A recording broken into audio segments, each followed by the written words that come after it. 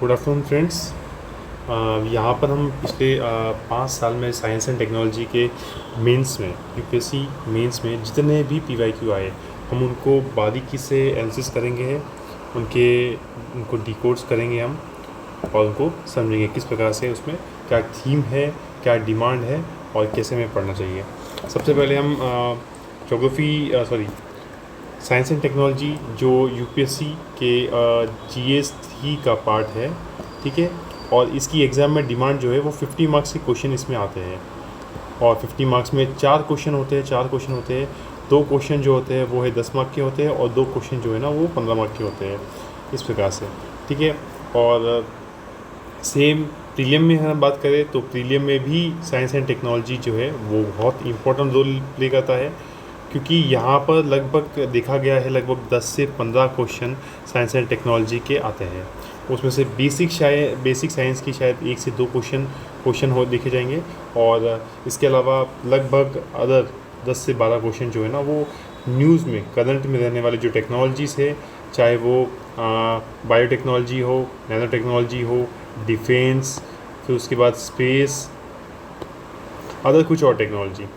तो इससे regarding science and technology के क्वेश्चंस यूपीएससी में पूछे जाते हैं, ठीक है। यहाँ पर सबसे पहले हम 2025 के क्वेश्चन देखेंगे, जिसमें उनकी थीम को अच्छे से समझने की कोशिश करेंगे और किस कोर थीम पर यूपीएससी फोकस कर रहा है पिछले कुछ समय से, उसको हम एनालिसिस करने की कोशिश करेंगे। तो इस क्वेश्चन में देखा जाए तो सौर ऊर्जा जो कार्यक्रम है भारत का लगातार पिछले कुछ दशकों में कैसे चल रहा है और इंटरनेशनल लेवल पर भारत ITER में भी कुछ अपना रोल प्ले कर रहा है, तो उसके बारे में इन्होंने कहा गया है कि वो क्या क्या रोल है उसको उल्लेख करिए और वैश्विक ऊर्जा के भविष्य में इस परियोजना का क्या इंपॉर्टेंस है, ठीक है। तो बेसिकली ये न्यूक्लियर एनर्जी उसको लेकर एक क्वेश्चन है। तो हम क्वेश्चन की डिमांड को अगर हम देखेंगे तो हमें क्वेश्चन की डिमांड यहाँ पर 10 मार्क का क्वेश्चन है, हमें 150 वर्ड में इसको लिखना है और क्वेश्चन की डिमांड 1 क्वेश्चन की, और यहाँ पर ये डिमांड 1 जिसमें बताना कि पिछले 10 साल में क्या क्या हमने इम्प्रूवमेंट की है, क्या क्या हमने स्टेप लिए है परमाणु ऊर्जा के क्षेत्र में। फिर उसके बाद आगे अंतर्राष्ट्रीय सौर ऊर्जा परियोजना की अगर हम बात करें तो अंतर्राष्ट्रीय ताप नाभिकीय परियोजना रिएक्टर में भारत के योगदान, ये क्वेश्चन की सेकंड डिमांड है हमारी, और वैश्विक भविष्य में कैसे योगदान करेंगे, ये क्वेश्चन की हमारी थर्ड डिमांड है, ठीक है। तो इंट्रोडक्शन हमारा कैसे होना चाहिए इस क्वेश्चन का, कि जैसे इंट्रोडक्शन में हम दिखाएंगे कि वर्तमान में भारत की जो भारत में टोटल कुल मिलाकर 7 संयंत्र जो चल रहे हैं, अलग अलग संयंत्र वो चल रहे हैं, उसमें टोटल जो कैपेसिटी है वो लगभग 8800 के आसपास मेगावाट के आसपास जो कैपेसिटी है, उसके आधार पर हम इसे बेसिक इंट्रो दे देंगे, ठीक है। और इसके साथ साथ ही जो लिंकेज है इंट्रो और मेन बॉडी, उनके बीच में एक लिंकेज के रूप में हम छोटा सा इंडिया का मैप बना लेंगे और उस मैप में जो भी 7 लोकेशन है, जैसे कि उत्तर प्रदेश में नरोदा हो गया, फिर उसके बाद राजस्थान में रावतबाटा हो गया, गुजरात में काकरापारा हो गया, महाराष्ट्र में तारापुर हो गया, फिर कर्नाटक में कैगा हो गया और कुडक्कुलम और कलक्कम, ये तमिलनाडु में हो गए। तो ये हम बेसिकली यहाँ पर दिखा सकते हैं। फिर उसके बाद मेन बॉडी जो है, मेन बॉडी में हम क्या करेंगे कि यहाँ पर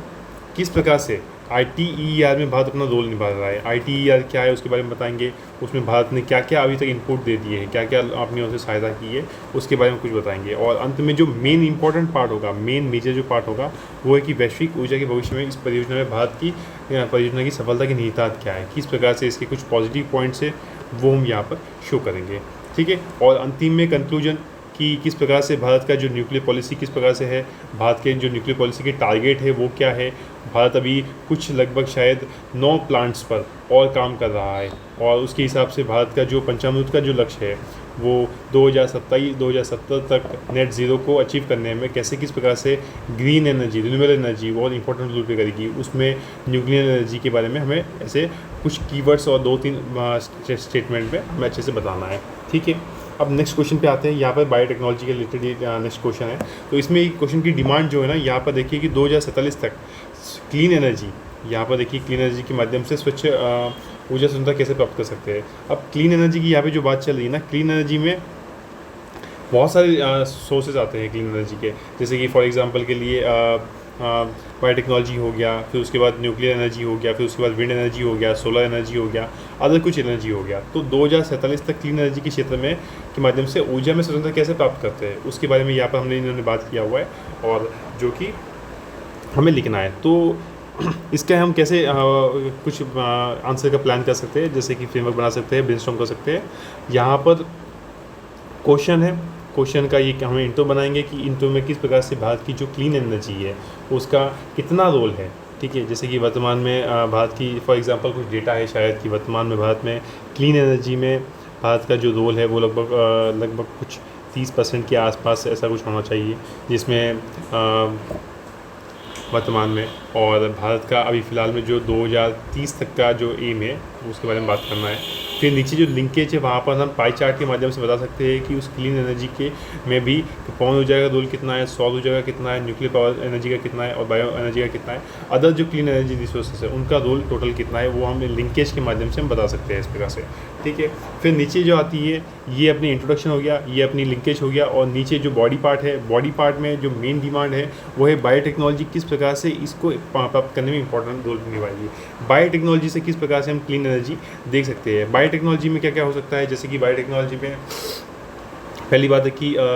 जो बायोफ्यूल्स हो गया, किस प्रकार से बायोफ्यूल्स हो गया, तो बात लगातार उस पर काम कर रहा है। इथेनॉल ब्लेंडिंग जो कार्यक्रम है उसमें लगातार हमने 2004 में शुरू किया था। वहाँ पर उस समय जो E5 था उसको 1.5% परसेंटेज था, लेकिन आज 2025 में हम बात करें तो E20 में लगभग हमने 20% 25% का आंकड़ा पार कर लिया है, और अभी हम आगे E80 और E100 इन दो चीज़ों पे पे काम कर रहे हैं। तो इस प्रकार से, तो इसके अलावा भी किस प्रकार से इसके फ़ायदे क्या होंगे, इंपॉर्टेंट रोल्स कैसे हो जाएंगे, जैसे कि मान लो कि किसानों को जो एनर्जी प्रोड्यूस करना है और उनकी इकोनॉमिक पावर स्ट्रॉन्ग होगी। दूसरी बात है कि जो बेसिक रॉ मटेरियल है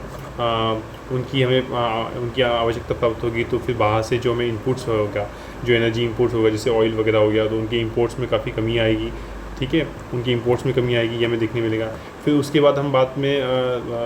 ऐसे और भी कुछ प्लस पॉइंट्स हैं जिसके माध्यम से हम इसकी बॉडी पार्ट कंप्लीट कर सकते हैं। और आगे का मेरा फ्यूचरिस्टिक प्लान क्या है कि किस प्रकार से हम जो बायोटेक्नोलॉजी है इसको और ज़्यादा प्रमोट करते हुए हम मैक्सिमम एरियाज़ में मैक्सिमम प्लांट बना रहे हैं, और साथ साथ ही फ्यूल की बचत के लिए भी हम किस प्रकार से E100 के लिए प्रमोट करते हुए उस वैसी हम पॉलिसीज़ लेके आए हैं। इस प्रकार से हमें ये बतानी है। ठीक है, फिर नैनो टेक्नोलॉजी जो है ना, ये हमारी यहाँ पर थीम इस क्वेश्चन की। नेक्स्ट क्वेश्चन में ये क्वेश्चन 15 मार्क्स का है और इसको हमें 250 वर्ड्स में इसको हमें लिखना होता है। ठीक है, नैनो टेक्नोलॉजी की अगर हम बात करें तो कृषि के क्षेत्र में ये बहुत ही इंपॉर्टेंट रोल कैसे प्लेस करती है, तो ये हमारे क्वेश्चन की फर्स्ट डिमांड हो गई है। ठीक है, कैसे इंपॉर्टेंट रोल प्ले करती है, और ये टेक्नोलॉजी जो है ना कैसे किसानों की सामाजिक और आर्थिक स्थिति में उत्थान में सहायक हो सकती है। इस तरह से नैनो टेक्नोलॉजी जो है कृषि के क्षेत्र में महत्वपूर्ण उन्नति कैसे प्रदान कर सकती है और किसानों की सामाजिक आर्थिक उन्नति कैसे उत्थान कर सकती है। तो ये अपनी फर्स्ट डिमांड हो गई और ये अपनी सेकंड डिमांड हो गई। अब नैनो टेक्नोलॉजी में अब तक का हमारा क्या क्या अचीवमेंट रहा है उसके बारे में बेसिक हम इंट्रो में बता सकते हैं, या फिर हम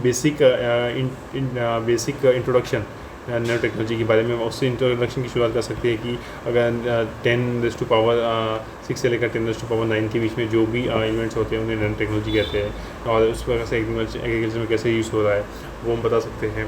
ठीक है, तो उसके बाद हम जैसे अगर हम बात करेंगे कैसे इंपॉर्टेंट रोल प्ले करता है एग्रीकल्चर में नैनो टेक्नोलॉजी, तो एग्रीकल्चर में अब आज हम देखेंगे कि नैनो यूरिया हो गया, नैनो लिक्विड यूरिया हो गया, उसको बनाने में हो गया, या फिर नैनो कीटनाशक हो गए, जो नैनो कीटनाशक होते हैं ना उनके द्वारा फिर दवाइयों का छिड़काव उसमें रोल हो गया। फिर नैनो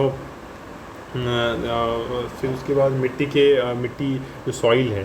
सॉइल के उर्वरक में किस प्रकार से हम हेल्प करेंगे, तो ये सारी बातें हम यहाँ पर इसमें देखे जा सकते हैं इसमें। ठीक है, फिर हम बात करेंगे कि सेमीकंडक्टर विनिर्माण के क्षेत्र बनने का भारत का लक्ष्य है, तो ये इसकी एक फर्स्ट स्टेटमेंट है जो कि